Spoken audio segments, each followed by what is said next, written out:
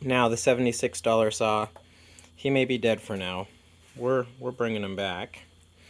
But the Stihl 024 Wood Boss, whatever you want to call it, we got him for 50 bucks from a garage sale. This guy couldn't get him to run worth crap last year.